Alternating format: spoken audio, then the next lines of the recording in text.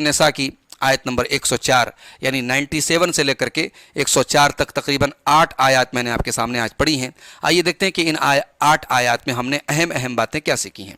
सबसे पहली बात हमने ये सीखी कि जब अहले ईमान के ऊपर, मोमिनों के ऊपर अल्लाह ताला की इबादत करना और अपने दीन पर अमल करना किसी इलाके और शहर में मुश्किल हो जाए तो फिर ऐसे वक्त में उनके ऊपर लाजिम हो जाता है कि वो हिजरत कर जाएं। दूसरी चीज़ ये हमने समझी कि ऐसे नाजुक वक्त में हिजरत करना ये ज़रूरी हो जाता है और हिजरत ना करना ये गुनाह है कबीरा, बल्कि कभी कभी कुफ्र तक पहुंच जाता है और इंसान को जहन्नम में जाने का सबब बन जाता है। तीसरी चीज़ ये पता चली कि जो लोग मजबूर हों, जिनके पास सफ़र और हिजरत के वसाइल ना हों, इतने बेबस हों, बच्चे हों, औरतें हों, तो फिर जैसे ऐसे लोगों के लिए जिहाद का फ़रीज़ा साक़ित है, वैसे ही हिजरत की भी जो यानी हिजरत का जो लाजिम होना है, कंपलसरी होना है, ऐसे लोगों के लिए हिजरत कंपलसरी और ज़रूरी नहीं है। चौथी चीज़ हम लोगों ने ये पढ़ी कि अगर हिजरत करने के मकसद से कोई आदमी घर से निकला है और रास्ते में उसका इंतकाल हो गया तो उसको हिजरत का पूरा सवाब मिलेगा उसकी नीयत के मुताबिक।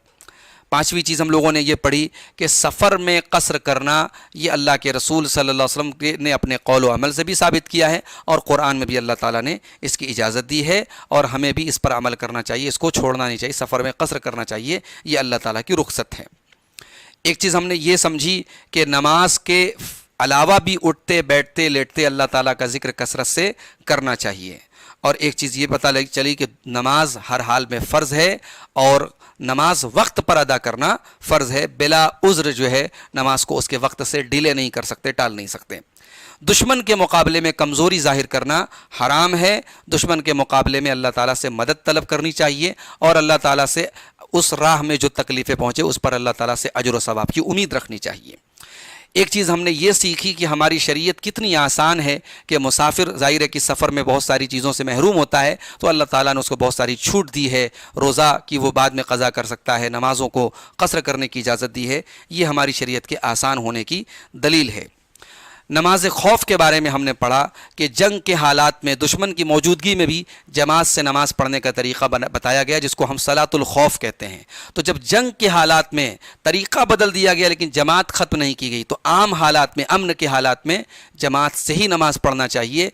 बिला उज़्र और बग़ैर किसी मजबूरी के जमात छोड़ना जायज़ नहीं है। और एक चीज़ ये पता चली कि जो मोमिन होता है वो अभी कभी भी अपने दुनिया और दीन की मसलहत से उसको गाफिल नहीं होना चाहिए। अल्लाह ताला ने कहा वद्दल्लज़ीन कफ़रू लौ तग़फ़ुलून अन अस्लिहतिकुम व अम्तिअतिकुम, ये काफिर यही चाहते हैं कि तुम अपने हथियारों से और अपने सामानों से गाफिल हो जाओ। तो मोमिन को हमेशा अलर्ट रहना चाहिए और उसे अपने दीन और दुनिया में कोई ख़तरा अगर उसको दरपेश हो तो उसे अपने बचाव का इंतज़ाम करना चाहिए। तो ये सूरत उन-निसा की आयत नंबर 104 तक आज हम लोगों ने पढ़ा है। इसके बाद इंशाअल्लाह हम अगले दर्स में देखेंगे। अल्लाह ताला हम सबको कुरान पर को पढ़ने की, सुनने की और उस पर अमल करने की तौफ़ीक़ अता फ़रमाए। आमीन। वस्सलामु अलैकुम व रहमतुल्लाहि।